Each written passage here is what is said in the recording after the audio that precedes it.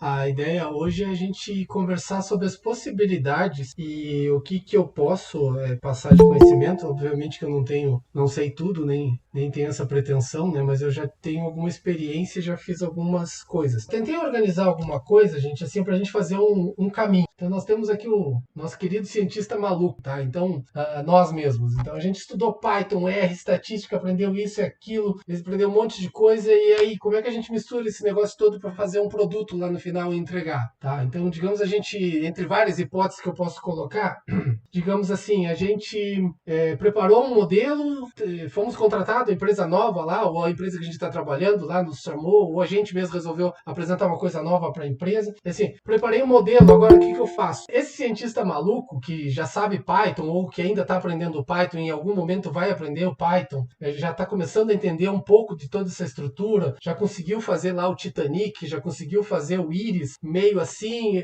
mas já tem uma ideia de como funciona. Como é que a gente coloca isso até o final lá, um produto, entregar alguma coisa para alguém poder usar? Você vai lá, aprende uma receita de pão, você mistura os ingredientes, assa, faz vários testes e chega no pão perfeito ideal. Beleza, tu tem o pão perfeito ideal em cima da tua mesa. Tá, e agora como é que tu oferece? Tu vai oferecer para tua família. Tá, mas como é que tu bota para isso aí virar um produto e virar aí para prateleira, né? E entregar lá no mercado, fazer alguém fazer teleentrega. Como é que tu faz isso, tá? No pão. No pão, talvez a gente consiga ter ideias rápidas. Ah, vou fazer uma teleentrega, vou fazer propaganda. Tá, mas como é que a gente faz isso com o nosso produto de ciência de dados, tá? Então, essa é a ideia, assim. Só que tem muita coisa antes disso, antes da gente entregar lá o nosso produto, que eu acho que é importante a gente saber, pelo menos ter uma noção, sabe? Se a gente não vai saber fazer tudo, a gente pelo menos tem uma noção de como funciona a coisa, tá? Então é por isso que eu mais ou menos preparei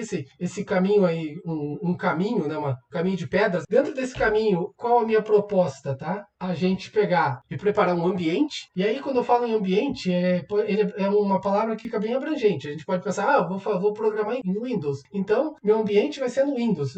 Mas se eu chegar numa empresa e tiver um ambiente em Linux, como é que eu posso fazer isso? Então, a gente vai usar um Windows para dentro dele instalar um Linux num pedaço do Windows, para a gente conseguir criar um ambiente de programação, e aí a gente vai falar mais alguns detalhes, eu vou explicar num outro slide, de como fazer essa preparação, de como preparar, do que é um environment. Desculpa, eu vou falar algumas palavras em inglês e provavelmente eu vou falar errado, mas estou tentando só passar a ideia, né? Então a gente vai passar por o que é um environment, para que criar um environment, por que eu vou perder tempo criando um environment, que aí depois a gente vai chegar à conclusão que a gente ganha tempo fazendo isso. Se a gente for trabalhar numa empresa, é bem possível que nem estejam usando versionamento a maior parte delas, mas algumas estão usando versionamento. Então a gente vai dar uma introdução, assim, o que é versionamento? Vocês já devem ter ouvido falar, né? GitHub, só o Git, é a mesma coisa? Tem diferença? Como é que se usa? Então a minha ideia é tentar fazer um exercício, colocar assim, ó, vamos usar o GitHub. E vamos trabalhar numa ideia. Qual ideia que a gente vai usar? Vamos usar o Jupyter, tá? Que é o mais comum de usar em tudo que é lugar. O próprio Colab é um Jupyter, o Google pegou ele, melhorou e transformou no Colab. Tá, mas de onde é que vem o Jupyter? O Jupyter também não é puro. O Jupyter vem de uma outra ferramenta que também era free e que também foi melhorada e se transformou em Jupyter. Depois a gente vai Python, vamos trabalhar em Python. Dentro de Python, vamos dar uma olhadinha no Pandas. O que é o Pandas? Por que tem o Pandas?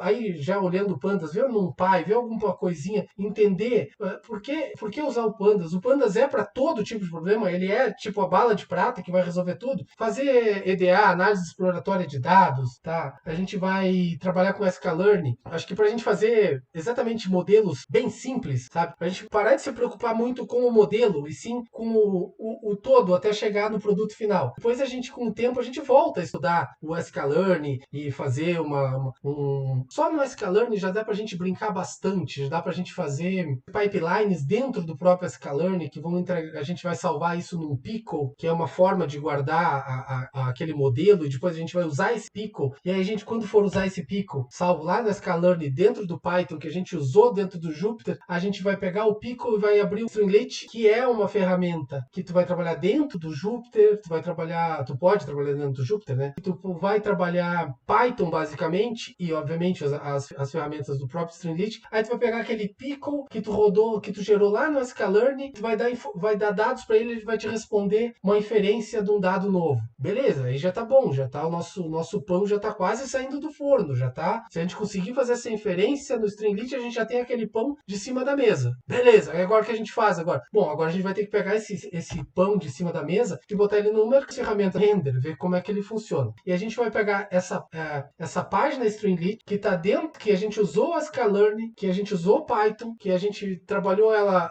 no Jupyter, por exemplo, e que a gente fez versionamento dela lá no GitHub. De dentro do nosso Linux, a gente vai usar o próprio GitHub para publicar a nossa página de Streamlit no render, com Docker. E aí a gente vai pro deploy, vamos botar o nosso produto para vender, no caso vai ser uma coisa simples, tá, gente? Tipo assim, uma página com a íris lá. Então a gente vai pegar e, sei lá, faz no Streamlit, faz um desenho de uma flor, explicando o que é pétala e sépala, que a gente descobre como funciona, e faz um menuzinho lá, um campinho de texto lá. Digite o tamanho da pétala, digite o tamanho da sépala, aperte o botão, você terá qual tipo de flor. Aí aparece a flor, embaixo a gente bota vários exemplos da flor que apareceu. Bobagem! Só que, como é que faz isso? É fácil, mas só que a gente tem que botar a mão ali para fazer. No final das contas, é uma coisa boba, assim, eu tô falando lá das flores íris lá, que é um troço que acho que todo mundo, se não fez, vai fazer alguma coisa, nem que seja num curso. É um produto que vai vender, que alguém vai usar para ver as suas flores? Não, mas é um produto que a gente vai testar todas as ferramentas e mostrar, ó, se botar lá no nosso portfólio, eu fui capaz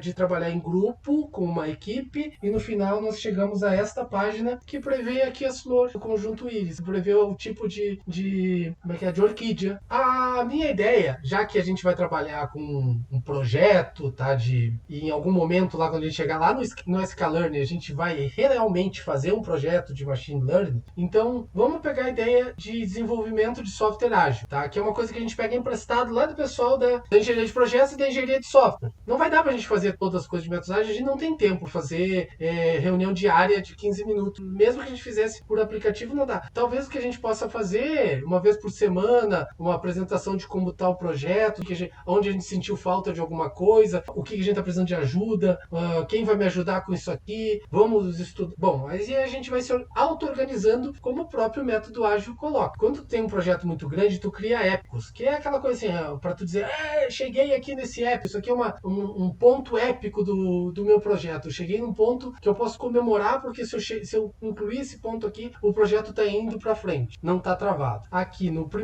a primeira ideia de épico, uma forma, lá dentro do próprio GitHub, que a gente vai entender o que é o GitHub, para que ele serve, e as outras coisas que ele oferece, que quase ninguém usa, ele tem uma forma ele chama de GitHub Organization, né, de tipo de empresa, de organização, nessa linha, tá? E lá dentro, tu pode criar essa organização, digamos assim, quem é que falou que trabalha numa empresa? Eu esqueci o nome. Bom, digamos que o André aqui que eu tô vendo na tela. O André trabalha numa empresa, tá? E aí ele vai lá e tem liberdade, não é uma empresa pública que não pode botar dados, ele tem liberdade de fazer isso. Ele vai lá no GitHub e cria assim. A empresa, digamos que o André, a empresa é dele.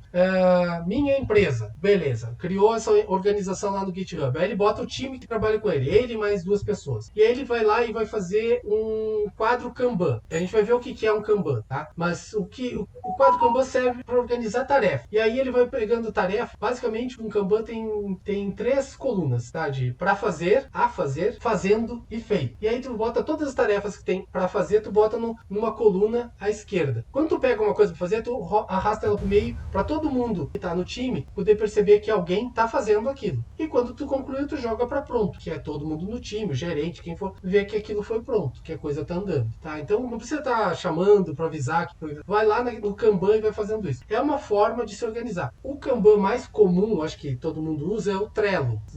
Alguns já devem ter até usado essa ferramenta, tá? E o conceito de Issue, que eu não sei se é assim que pronuncia, mas eu já vi gente pronunciando assim que eu acabo repetindo.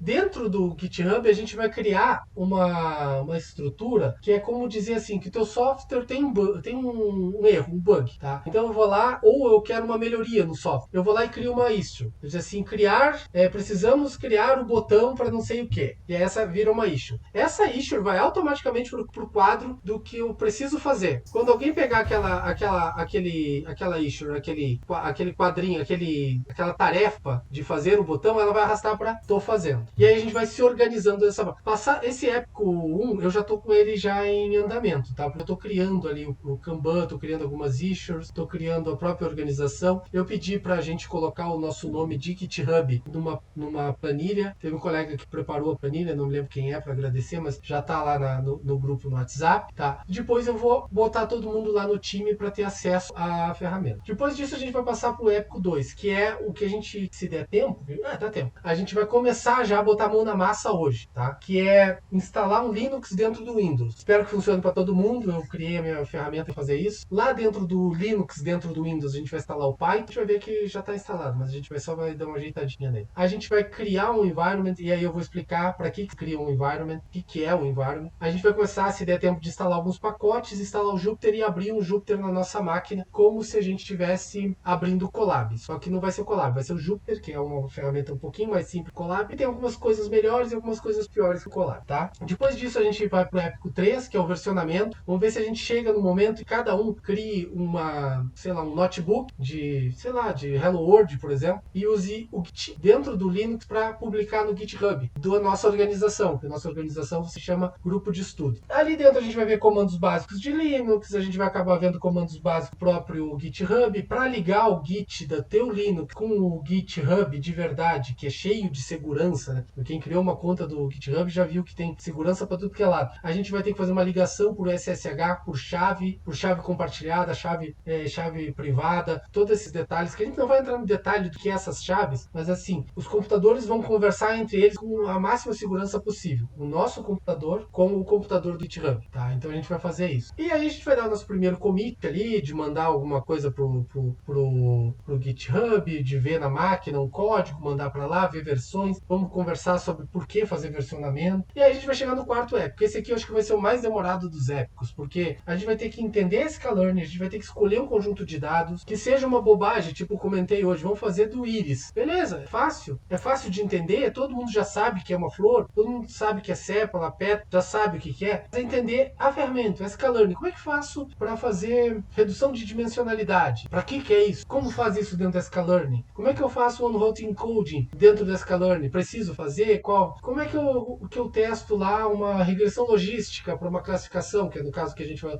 nesse exemplo do íris seria isso. Tá, e como é que eu testo outras coisas? Eu quero testar um perceptron lá. Dá para fazer? Eu testo um de cada vez e fica aquele notebook gigante? Ou eu crio uma coisa que vai fazer um laço e vai testar tudo isso ao mesmo tempo e vai me dar no final qual foi melhor? Pô, isso aí é legal, eu gostei dessa ideia. Talvez a gente chegue nela. Se der certo, a gente chega nela e faz desse jeito. Mas antes disso, a gente vai precisar fazer análise exploratória, entender como é que divide treino e teste dentro da Scalearn, fazer o treino e teste, fazer a avaliação, tá? Depois, quando a gente for pro F5, que aí a gente vai persistir o modelo, que é uma coisa, todo mundo parece que é uma coisa de outro mundo, tá? Mas dependendo do jeito que fizer lá no Scalearn, se fizer do jeito certo, não chega a 10 linhas de código. Na pior das hipóteses, deve dar 5 linhas de código por aí. Entre tu salvar, entre tu persistir, salvar o teu modelo e abrir ele em outro lugar e usar ele para fazer inferências de dados novos.